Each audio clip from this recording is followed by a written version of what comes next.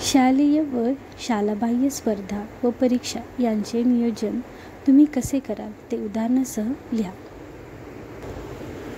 विद्यार्थ्यांच्या विकासाच्या दृष्टीने स्पर्धा ही अत्यंत उपयोगी ठरते. शाळेत व शाळेच्या बाहेरच्या स्पर्धा अनेक घेतल्या जातात. शाळेतर्फे आयोजित करावयाच्या स्पर्धा व शाळाबाहेरील संस्थांमार्फत आयोजिलेल्या स्पर्धा यांची निवड शाळेचे व्रतविधान, ध्येय व उद्दिष्टे यानुसार करावी. शिवाय त्यात जास्तीत जास्त विद्यार्थ्यांना सहभाग घेता येईल याला महत्त्व द्यावे. त्याकरिता बऱ्याचशा स्पर्धा अगोदर वर्गात घेतल्या गेल्या तर जास्त मुले त्यात भाग घेतील. काही आंतरवर्गीय स्पर्धा घ्याव्यात. त्यात चांगल्या विद्यार्थ्यांना आव्हान असेल व यातून त्यांचे कलागुण सिद्ध होतील. त्यांना शाळेबाहेरील स्पर्धात सहभागी होण्याची आवर्जून संधी द्यावी. स्पर्धाद्वारे कोणते कलागुण विकसित करावयाचे हे निश्चित झाले की त्यानुसार स्पर्धाची निवड शक्य होते. या स्पर्धांच्या स्वरूपात विविधता आणता येईल. ती आणण्यात मुख्याध्यापक व शिक्षकांच्या सर्जनशीलतेला खूप वाव आहे.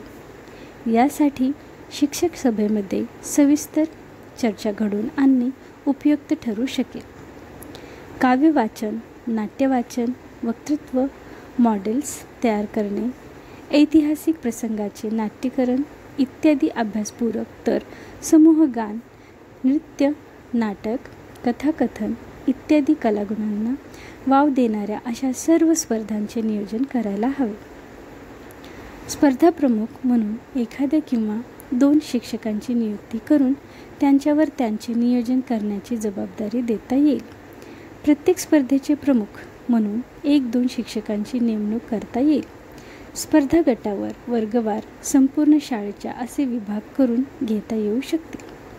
कोणत्या महिन्यात कोणत्या स्पर्धा अभ्यासपूरकही कशा ठरतील, त्यांची बक्षिसे किती, कोणती, केव्हा द्यायची याचे संपूर्ण नियोजन मुख्याध्यापकाने प्रामुख्याच्या साहाय्याने करणे योग्य ठरेल.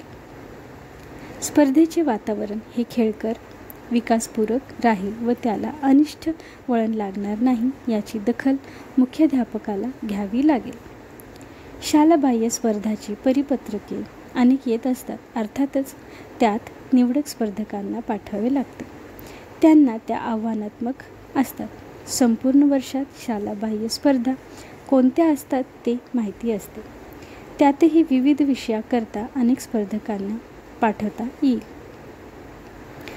फक्त वक्तृत्व किंवा फक्त निबंध स्पर्धा असे न ठरवता किमान किती स्पर्धांना आपल्याला विद्यार्थ्यांना पाठवता येईल याचे व त्यांना मार्गदर्शन कोणते शिक्षक करणार, बरोबर कोण जाणार, त्यावेळी शाळेत कोणते कार्यक्रम आहेत, स्पर्धा आहेत, सुट्ट्या आहेत का यांचाही विचार नियोजन करताना करावा लागेल.